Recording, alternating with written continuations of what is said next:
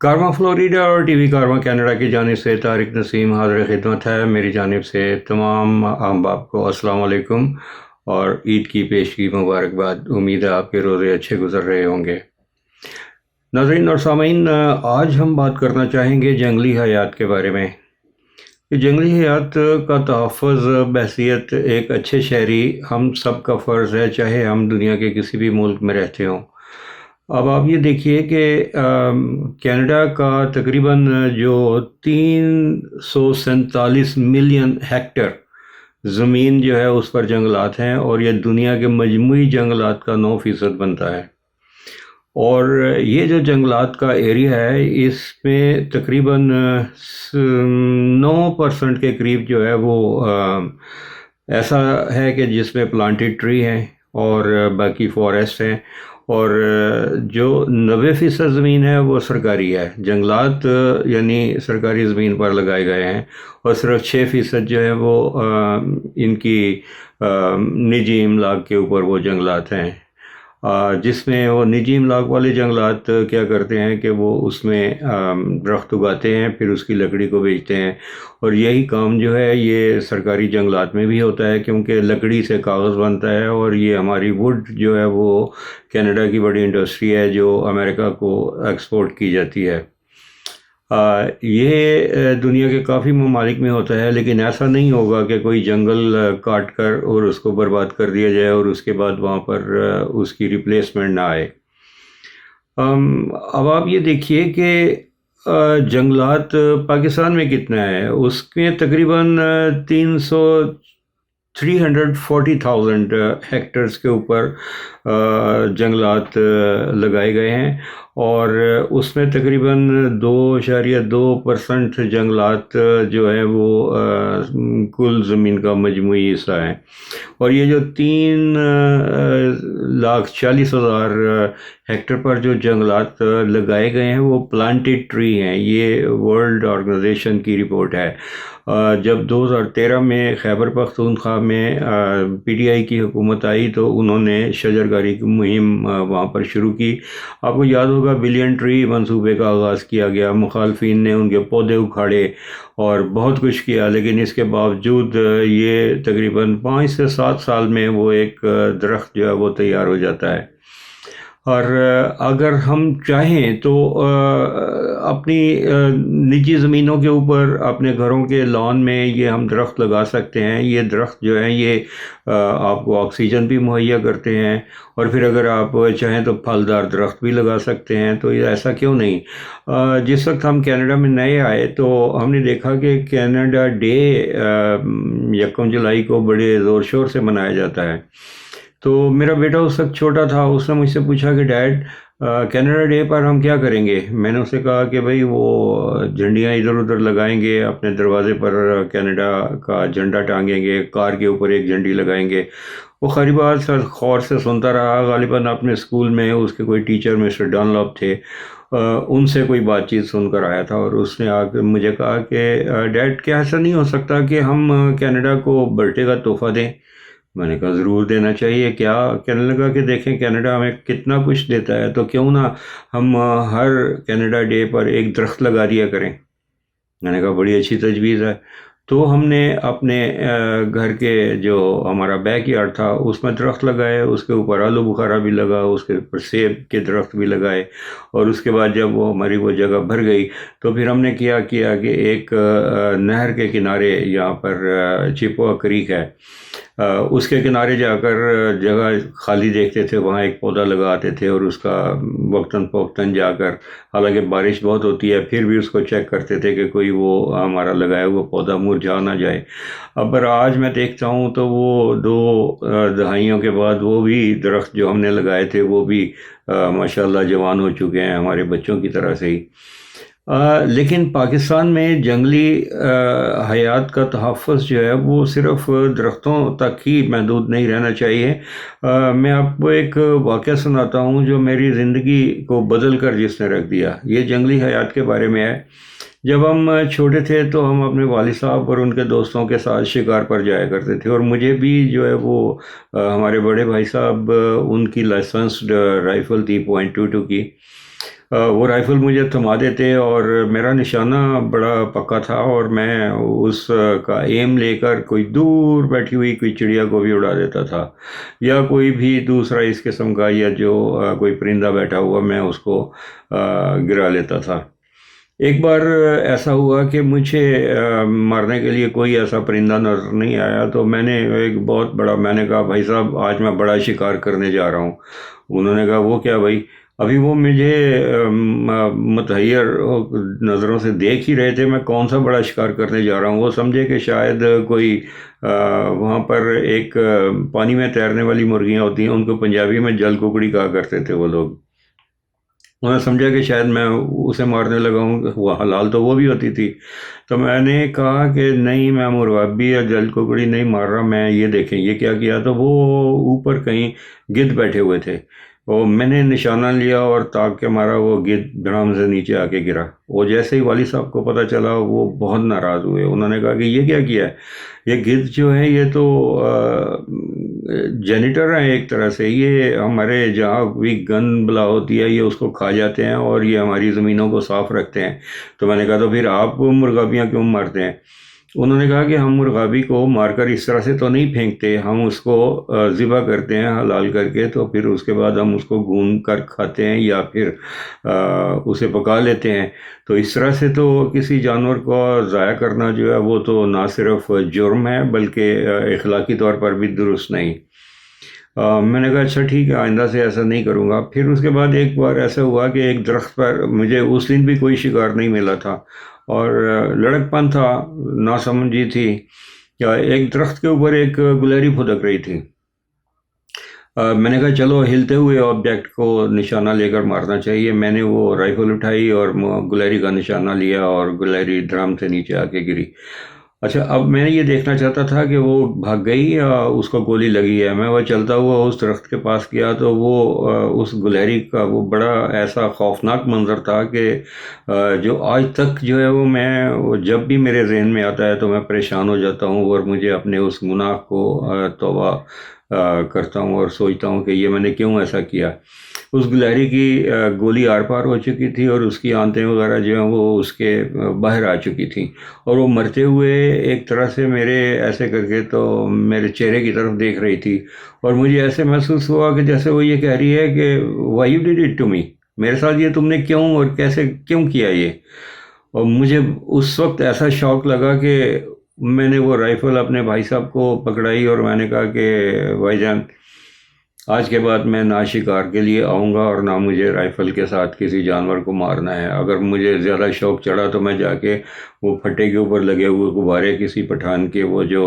لے کے آیا کرتے تھے نشانہ بازی کے لیے، اس کے اوپر سوئی تک اڑا دوں گا، لیکن یہ میں آئندہ سے کسی جانور کی اس طرح سے جان نہیں لے سکتا۔ وہ ایک لائف چینجنگ ایونٹ تھا، شاید اللہ تعالیٰ نے مجھے ہدایت دینی تھی اور وہ ہدایت ملی۔ لیکن آج جب میں یہ دیکھتا ہوں، میں پاکستان گیا تو وہاں دیکھا کہ میں لوگ گجرانوالہ میں چڑے کھاتے ہیں اور پشاور میں بھی چڑے کھائے جاتے ہیں۔ یعنی یہ جنگلی حیات کا ایک حصہ ہے۔ چڑیاں چھوٹی چھوٹی سی آپ کے درختوں پر چہچہاتی ہیں، ان کی آواز سن کر کتنا ایک ردم کی طرح سے وہ میوزک کی طرح سے سنائی دیتا ہے۔ اور یہ جتنے بھی پرندے ہیں وہ انسان دوست ہوتے ہیں، ان میں سے کوئی بھی آ کر آپ کو بلا وجہ نہ تنگ کرتا ہے، نہ ٹھونگا مارتا ہے، زمین سے کیڑے مکوڑے اٹھا کے وہ کھا لیتے ہیں اور صفائی بھی کرتے ہیں۔ تو ان کو یہ چڑی میں کیا ہوتا ہے، جو میں نے ایک صاحب سے پوچھا، میں نے کہا بھئی یہ چڑے میں تو گوشت ہوتا ہی نہیں ہے، یہ اتنا سا وہ چڑا ہے، آپ اس میں سے جو ہے وہ کیا گوشت نکال کے تو وہ چن کے کھاتے ہیں، اس کو آپ بھون کے کھا جاتے ہیں۔ کہنے لگے نہیں، اس سے مردانہ کمزوری کو تقویت ملتی ہے۔ میں نے کہا لعنت ہے ایسی جو آپ کی مردانگی پر کہ آپ اتنے ننھے سے پرندے کو اپنی جنسی بھوک مٹانے کے لیے کھا لیتے ہیں، اور اس طرح سے جو ہے وہ آپ کو کیا ملتا ہے اس سے۔ تو یہ، اور پھر دوسری بات یہ ہے کہ جو میں جانوروں کو کھانے کے خلاف تو نہیں ہوں، میں خود بھی ویجیٹیرین نہیں ہوں، میں میٹ کھاتا ہوں، لیکن میں صرف وہ میٹ اب کھاتا ہوں کہ جو فارم سے آئے ہوئے جانور ہوتے ہیں، کہ جیسے مرغیاں جو ہیں وہ ان کی فارمنگ ہوتی ہے، وہ فارم میں ان کی کوئی فیملی نہیں ہوتی، اسی طرح سے بکرے جو ہیں یا گائے بھینسیں ہیں، ان کی کوئی فارمنگ جو ہے وہ کی جاتی ہے، ان کی کوئی فیملی لائف نہیں ہوتی۔ لیکن اگر آپ کسی ہرن کو مار گرائیں، اب یہاں ہم دیکھتے ہیں کینیڈا میں نیاگرا آن دی لیک اور یہ جو آس پاس کے ایریا ہیں، ایون ہم اگر فلوریڈا میں دیکھا ہے کہ وہاں ہرن پھرتے ہیں، وہ اپنے بچوں کے ساتھ کلانچیں بھرتے ہوئے ادھر سے ادھر جاتے، کتنے نظروں کو بھری لگتے ہیں، بہت اچھا لگتا ہے۔ آپ اس کو دیکھیں، قدرت کی اس صنائی کو بھی آپ بھی انجوائے کریں، اور یہ بھی ہماری طرح سے ایک جان رکھتے ہیں، ان کی بھی فیملی ہوتی ہے۔ آپ ایک ہرن کو مار دیں، کیا پتہ وہ ہرن اپنے بچوں کے لیے کچھ کھانے کے لیے لینے کے لیے لکھنا تھا، کوئی پھل تلاش کر رہا تھا، یا کوئی ہرنی ہے تو اس کے چھوٹے چھوٹے بچے ہیں، وہ تو بھوک سے مر جائیں گے، اور کیا ان کا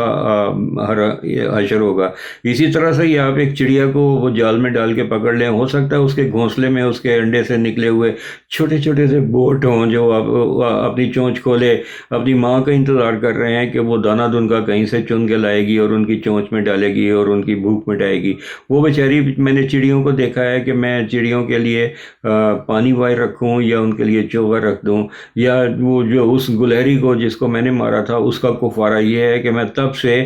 گلہریوں کے لیے مونگ پھلی لے کے آتا ہوں چھلی ہوئی، اور ان کو رکھتا ہوں تو وہ گلہریاں آ کے کھاتی ہیں، وہ مجھ سے ڈرتی نہیں ہیں، وہ میرے سامنے ہی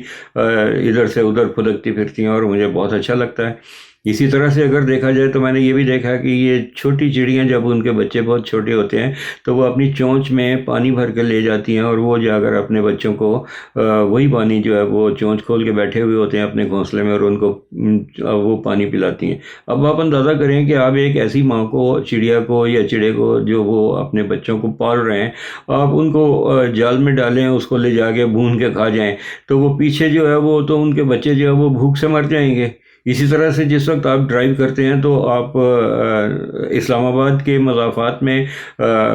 جنگلی حیات ہے، وہاں بندر ہوتے ہیں، اور میں نے دیکھا کہ وہ ایک کار سے ہٹ ہو کر ایک بندریا جو ہے وہ بیٹھی ہوئی تھی، اور اس کا جو کوئی بچہ چھوٹا سا تھا اس کی گود میں لیے ہوئے، اس کا سارا سر پھٹ گیا ہوا تھا اور اس میں سے خون بہہ رہا تھا، جبکہ اس کا ایک ننھا سا بچہ اسی زخمی ماں کے سینے سے چمٹا ہوا اس کا دودھ پی رہا تھا۔ ایسے ایسے بھیانک مناظر دیکھنے میں آتے ہیں، اور اگر آپ ڈرائیو کر رہے ہیں تو ایک گلہری کو بھی آپ کی کار کے نیچے آ کے تو اس طرح بلا وجہ نہیں مرنا چاہیے۔ آپ دھیان سے ڈرائیو کریں، ہرن کو ٹکر مت ماریں۔ آپ جس وقت یہاں گاڑیاں جا رہی ہوتی ہیں تو وہ مدر گوس جا رہی ہوتی ہے، اس کے پیچھے پیچھے ڈکلنگس چھوٹی چھوٹی جو ہیں وہ جا رہی ہوتی ہیں، دونوں طرف میں ٹریفک رک جاتی ہے اور لوگ ان کو سڑک پار کرنے دیتے ہیں، کوئی بھی اجلت میں ایسا نہیں کرتا کہ ٹیک اوور کر کے تو ان کو کچلتا ہوا گزر جائے۔ یہ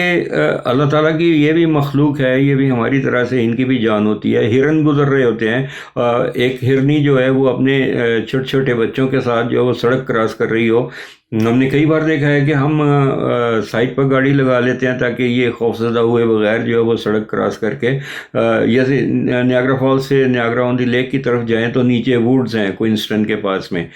تو وہاں سے جو وہ سڑک پار کرنے کے لیے اوپر آ جاتی ہیں اور وہ پھر اوپر دوسری پہاڑی کے اوپر چڑھنے کے لیے جاتے ہیں چھوٹے چھوٹے۔ اسی طرح سے میں نے ہمیشہ اس بات کی مخالفت کی ہے کہ لوگ یہ ریچھ کا شکار کیوں کرتے ہیں، نہ اس کو آپ نے کھانا ہے نہ اس کو بلا وجہ یہ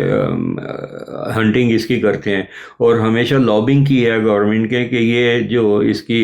بیئر ہنٹنگ ہے اس کے اوپر پابندی لگائی جانی چاہیے۔ یہ شوقیہ آپ لے جا کے مار دیتے ہیں، اور کون سے ہیں وہ جو شیر کا شکار کرنے نکلتے ہیں۔ کیا ہو گیا بھائی، آپ ان کے بچوں کو بھوکا مار دیں گے، اس سے آپ کو کیا حاصل ہوا؟ یہ آپ کو کوئی گولڈ میڈل دینے جا رہا ہے کہ آپ نے وہ ایک شیر کا شکار کر لیا اور اس کے بعد آپ بڑے 30 مار خواہ ہو گئے؟ اسی طرح سے میری آپ سے گزارش ہے کہ آپ گرمی آنے والی ہے، اپنے گھر کے آنگن میں یا اپنی دیوار کے اوپر پرندوں کے لیے پانی رکھیں، ان کی چہچہاہٹ کو جو ہے وہ انجوائے کریں۔ آپ کے درختوں کے اوپر چڑیاں وہ چہچہائیں گی، دوسرے خوش رنگ خوش نما پرندے آئیں گے تو آپ کو بھی اچھا لگے گا۔ آپ اپنے گھروں میں پھلدار درخت اگا لیں اگر آپ کے پاس جگہ ہے، ورنہ کسی ایسی جگہ پر جا کر آپ ایک درخت کا پودا لگا دیجئے، تو یہ صدقہ جاریہ ہے۔ ہمارے اسلام میں شجر کاری کی ترغیب دی گئی ہے، اور یہ شجر لگانا جو ہے وہ اس کو صدقہ جاریہ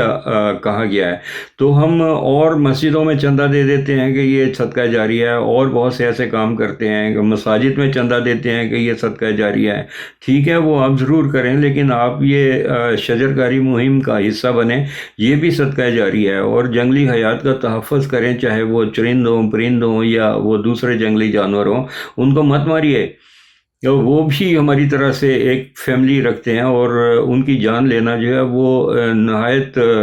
بری بات ہے۔ وہ میں یہ سمجھتا ہوں کہ یہ کوئی بہادری، نہ تو یہ بہادری ہے، نہ یہ کوئی گیم ہے، اور اس کو مشغلہ بھی میں سمجھتا نہیں ہوں۔ یہ میرے ذاتی خیالات ہیں، آپ کا اس سے متفق ہونا ضروری نہیں۔ آپ بہت سے لوگ ہیں وہ شکار کرتے ہیں، میں تو بلکہ سعودی عربیہ سے میں نے یہ بھی سیکھا کہ وہاں جو ہک کر کے ڈور کے ساتھ مچھلی کو پکڑتے تھے، تو سمندر کے کنارے بیٹھے ہوئے جو لوگ ہوتے تھے ان کو پولیس والے آگے منع کرتے تھے کہ یہ آپ نہیں کر سکتے، کیونکہ اس طرح سے جس وقت کانٹا لگا کر آپ اس کے اوپر روٹی یا کینچوا لگا کر مچھلی کو پکڑتے ہیں اور اس کو ہک کر کے اوپر اٹھاتے ہیں تو وہ اس کے گلے میں پھنستی ہے اور اس کو زخمی کرتی ہے۔ تو وہ ایک صاحب تھے وہاں، وہ امریکن، وہ انہوں نے ان کے ساتھ بحث کی، ان سے پوچھا کہ اگر ایسا نہیں کریں تو ان کو مچھلی کو پکڑے کیسے؟ انہوں نے کہا جال لگا کے پکڑ لیں، مچھلی کو تکلیف دینا کیا ضروری ہے؟ ٹھیک ہے، اگر آپ نے مچھلی کھانی ہے، پکڑنی ہے، تو اس طرح سے اس کو زخمی کر کے کیوں پکڑ رہے ہیں؟ مجھے وہ خیال بھی بہت اچھا لگا۔ اور ٹھیک ہے، میں تو مچھلی کا شکار بھی نہیں کرتا، لیکن اگر کسی جھیل پر یا دریا پر جائیں تو ہم مچھلیوں کے لیے، وہ ایک سرخ رنگ کی دال ہوتی ہے، مجھے اس دال کا نام بھی نہیں آتا، نہایت نالائق واقعہ ہوا ہوں اس بارے میں، نہ مسالوں کا پتہ چلتا ہے نہ دالوں کا پتہ چلتا ہے، لیکن ایک سرخ رنگ کی دال ہوتی ہے، وہ جا کر ہم اسے نیاگرا ریور میں ڈالتے ہیں، اور ہمیں یہ پتہ ہوتا ہے کہ یہ مچھلیوں کو بہت پسند ہے، اور اس دال کو اگر وہ نہ کھا سکیں تو وہ تہہ میں جا کے وہاں سے ایک پودا اگاتی ہے، اور اس کے نرم نرم پتے جو ہیں وہ بھی مچھلیاں کھاتی ہیں۔ اب مچھلیوں کو فیڈ کریں، اگر آپ نے مچھلیوں کی فارمنگ کرنی ہے تو آپ وہ بھی کریں، اور یہ انڈے اور کٹے اور اس کا مرغیوں کا مذاق اڑانا بند کریں۔ یہ مائکرو فائنانسنگ ہے، یہ بہت سے ملکوں نے کیا۔ میں اس کے بارے میں آپ کو بتاؤں گا کہ یہاں نیاگرا آن دی لیک میں ایک بندہ، وہ ایک چھوٹے ملک سے آیا، کیوبا سے آیا تھا، وہ یہاں مزدوری کرنے کے لیے، مزدوری کر کے اس نے تھوڑے پیسے جمع کیے، ایک چھوٹا سا قطعہ رائزی لیا،